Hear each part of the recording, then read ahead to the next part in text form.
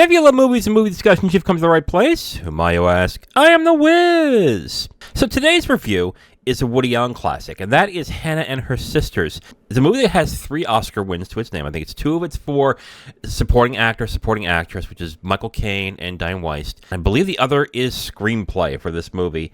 And I can understand why when watching it, but I also have some issues with it. So let's just discuss that right now. Basically, this film is about the relationships of the upper crust New York around that time. These are people that had parents that were very successful in the creative industry around that time. I believe it was Broadway that we're talking through in this movie.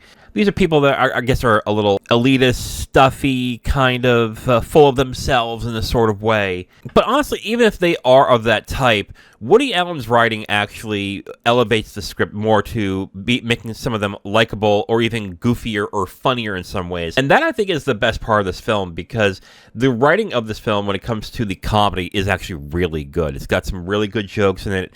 But I think these are given more to the men in this movie, specifically Woody Allen's character, Mickey Sachs, and Eliot, who is played by Michael Caine. These are 2 characters that are written really well. They're very funny in this movie. I would especially say Michael Caine is really good in this movie. Like, the male performances in this film, including the one by Max von Sydow, I think are the best things about this movie. They are funny. They are charming in their own way. I am not really even a fan of Woody Allen as an actor, and I found him very funny and likable in this movie.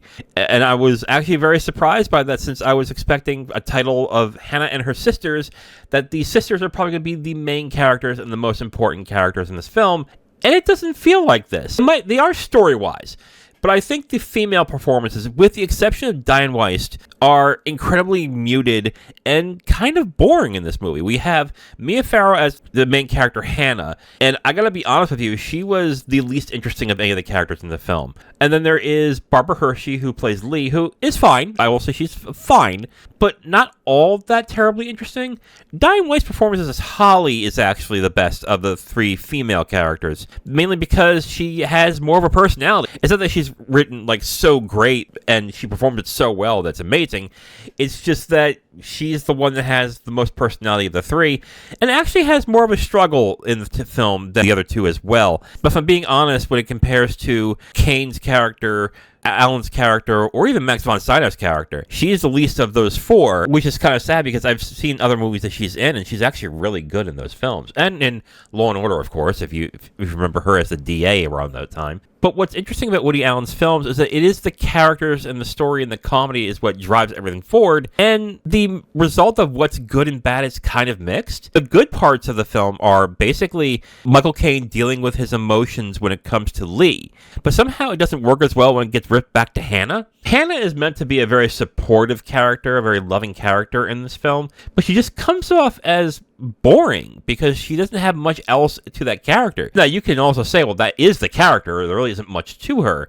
But the thing with Woody Allen's writing when it comes to characters, especially female characters, is that even when they aren't that interesting, they're interesting. And Hannah's character is not that interesting in the slightest. But again, I would say of the characters, I think Michael Caine's Eliot is the best. Then it would probably be Mickey Sachs. And then I think I would say Dianne Weist's Holly are the best 3 characters in the film, which I guess isn't really that much of a surprise. But I gotta say, some of the stories in this film are better than others, and what I found surprising is that the stories of the female characters are really the ones that are the least interesting in this, and that's kind of a disappointment, because I'm expecting in a Woody Allen film to at least have the female characters to be written pretty well. But I won't say they're not, but they're just not as interesting and compelling as the guys in this film. So overall, I'm going to recommend Hannah and Her Sisters. I think the last that you get from the male characters, especially from Michael Caine's character and Woody Allen's character, is enough for this to be an enjoyable movie. I do like Dianne Weist's performance in this movie, but again, the 3 female characters I found disappointing. I don't find them all that interesting, and for them to be the main characters in this film, I think is a huge miss in this movie. But even so, I think that the story is funny enough, and I think it's a entertaining enough film to where I can get past the fact that the female characters aren't that interesting. So if you like Michael Caine and Woody Allen, you probably have seen this already, but if you haven't, check it out. So overall, I do recommend Hannah and Her Sisters. It is on Tubi right now, so if you have not seen it, check it out on there. Now, if you want my full review on this movie, you can go to my website at IamTheWiz.com. You'll have my full written review right on the site, along with a link to the video that has this review that you've just listened to. All right, so everybody have a good Thanksgiving. This is going to be releasing on the Tuesday before Thanksgiving, so I hope you guys enjoy your holiday. During the Thanksgiving weekend, I will be releasing the Star Trek recap, talking about all the films, what I think is the best, worst elements of the films. Check that out when you have a chance, and enjoy your Thanksgiving.